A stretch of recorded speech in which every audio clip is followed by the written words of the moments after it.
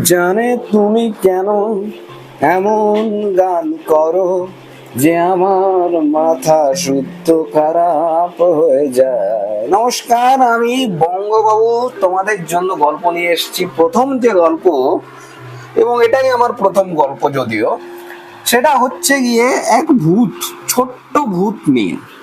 তো আমি বসে কাজ করছিলাম, হঠাৎ করে আমার ফোনে রিং এলো। যেহেতু আমি অনেক ছোট ছোট বাচ্চাদের টিউশন পড়াতাম, এই আমার গলাটা আমার ভূতের মতো হয়ে গেছে কেন? হ্যাঁ, তো যেটা বলছিলাম আর কি, যে আমি টিউশন পড়াতাম আগে। তো ছোট ছোট বাচ্চাদেরকেও পড়াতাম। আমার ব্যাচে অনেক এমন বাচ্চারা থাকতো যাদের আমি হয়তো পড়াতাম, কিন্তু তাদেরকে আমি ভালো করে জানতাম না। নাম হয়তো এক আধবার জিজ্ঞেসও করেছি, কিন্তু তারা যে কোথায় থাকে, কোথার থেকে আসে, কেন আসে, আমি কিচ্ছু জানি না। বেতন দিত হয়তো, বা নাও দিলে সেই রকম ভাবে কোনোদিন খবর রাখবো এরকম মানসিকতা ছিল না। তাই কখনো জেনে ওঠা হয়নি যে ওরা কোন পরিবার থেকে বিলং করে, বা ওদের পরিবারে বাবা মা আছে কিনা, বা থাকলেও তারা যে এসে কোনোদিন দেখা করেনি, এই সমস্ত জিনিস কখনো মাথাচাড়া দিয়ে ওঠেনি আমার। তো এটা সমস্যাই বলতে পারো, যে ওরা না এলে আমি বুঝতেই পারতাম না যে ওরা আসেনি কেন। বেশ কিছুদিন পর যখন একদিন শুনলাম যে আমার একটি ছাত্র নাকি গলায় দড়ি দিয়ে মারা গেছে, তখন আমার মাথার টনক নড়ল যে এমন দুর্ভাগা এবং হতভাগা শিক্ষক আমি, যে আমি নিজেই জানি না যে ওই ছাত্রটি কে। তার মুখ মনে করতে আমার সময় লাগলো বহুক্ষণ। তারপর যখন মুখটা মনে পড়লো, তখন বেশ লজ্জা লাগলো। নির্লজ্জের মতো খাতা খুলে দেখলাম যে ও বেতন দেয়নি। শুধু একদিন নয়, যখন থেকে সে আমার টিউশন আসতে শুরু করে তখন থেকে বেতন দেয়নি। তো আমি যেখানে পড়াতাম সেই ঘরটি অনেক ছোট্ট ছিল। তো মোটামুটি 10-15 জন ছাত্রছাত্রী বসতে পুরো। তো পড়াতে পড়াতে রাত 10টা, 11টা, 12টা তো বেজেই যেত। তো সেদিন আমার শেষ ব্যাচ, আমি পড়াচ্ছি। শেষের দিকে যে ব্যাচগুলো হতো সেগুলোতে আমি বড় ছাত্রছাত্রী পড়াতাম, ছোটদের পড়াতাম। কিন্তু যে বাচ্চাটি মারা গেছে সেটির বয়স যতদূর আমার মনে পড়ে 11-12 বছর হবে। এবং 11-12 বছরে কেউ যে গলায় দড়ি দিতে পারে, এটা ভাবতেই বেশ কেমন কেমন একটা লাগছিল। কিন্তু একসেপ্ট করেই নিলাম যে হ্যাঁ, যখন দিয়েছে তো দিয়েছে, আর তো কিছু করা যাবে না। এরপর সমস্যা হলো যে টিউশন ছুটি হবার সময় আমি ছাত্রছাত্রীদের দিকে যখন পিছন ফিরলাম, বিশেষত আমি আমার বোর্ডে কাজ করতে ব্যস্ত থাকি, সেই জন্য ওদের দিকে খুব একটা তাকানো হয়ে ওঠে না। তো যখন আমি ওদের দিকে তাকালাম, আমি দেখতে পেলাম শেষের দিকে একটা কম বয়সী বাচ্চা বসে আছে। বাচ্চাটা এমন ভাবে বসে আছে যে তার আগের জন তাকে আড়াল করে রেখেছে, এবং আমি তার মুখ দেখতে পাচ্ছি। এমন অবস্থায় আমার বেশ অস্বস্তি লাগতে লাগলো, কারণ এত ছোট বাচ্চা আমার ব্যাচে স্বাভাবিক নয়। কারণ ব্যাচটা বড় ছেলে মেয়েদের জন্য, তারা 12 ক্লাসে পড়ে। বাচ্চাটাকে দেখে বেশ ছোটই মনে হচ্ছিল। তো আমার এই খটকাটাকে দূর করার জন্য আমি গুটি গুটি পায়ে ছেলেদের মাঝখান দিয়ে ব্যাচের শেষ দিকটাই যেতে থাকলাম। শেষ দিকে যেতে যেতে যখন আমি ওই বাচ্চাটার কাছে পৌঁছলাম, তখন আমি একদৃষ্টে ওই ছোট বাচ্চাটার দিকে তাকিয়ে আছি।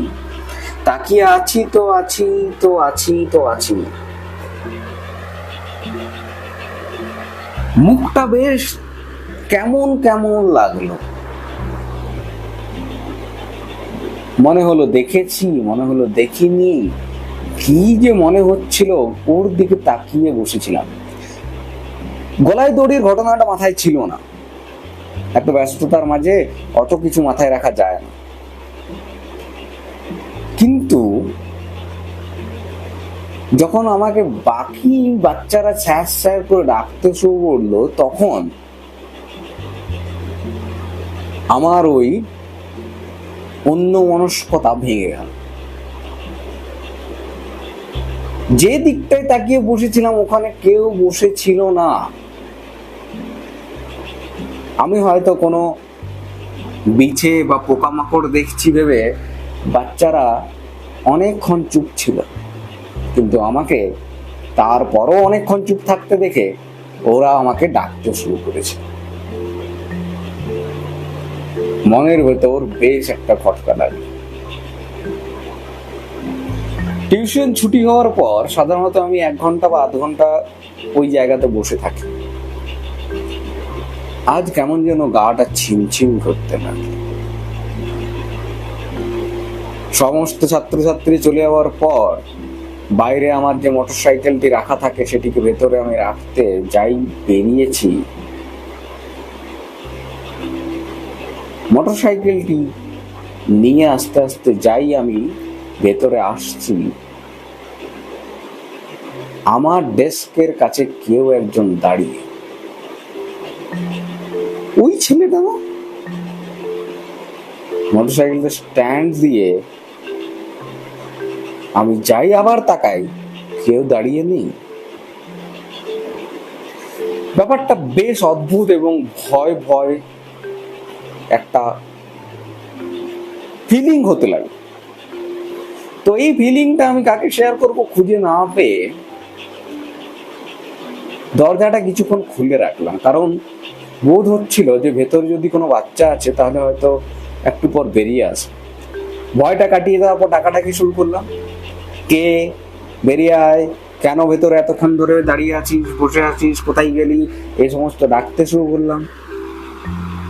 কেউ বেরিয়ে এলো। অগত্যা দরজা বন্ধ করে বাড়ি ফেরব। বাড়ি বলতে আমার ওখান থেকে হেঁটে আর 2 মিনিটের রাস্তা, তাই গাড়িটা ওখানে রেখে আসি। বাড়ি ফিরছি, মাথার মধ্যে ওই ছেলেটারই কথা বারবার ভেসে আসছে। শেষমেশ ওর এক বন্ধুকে, অর্থাৎ ওই ক্লাসের একজন ভালো ছেলে যাকে আমি চিনি, তাকে ফোন করলাম। একটু খোঁজ খবর নেওয়ার পর জিজ্ঞেস করলাম, এই ওই একটা বাচ্চা তোদের সাথে পড়তো, ও নাকি গলায় দড়ি দিয়েছে, ব্যাপারটা কি রে? তখন ও বলল যে স্যার, ও আপনার টিউশন আসছিল, টিউশন আসার আগে ওর বাড়িতে কোনো ঝামেলা হয় এবং সেই ঝামেলায় ওর পরিবারের লোক ওকে কিছু বলে বা মারধর করে, কিছু হয় ঘটনা।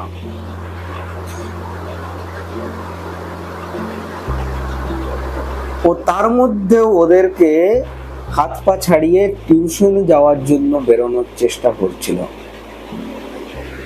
কিন্তু শেষমেশ রেগে গিয়ে নিজেকে নিজের ঘরে বন্ধ করে নেয় এবং তারপর সে গলায় দড়ি নেয়।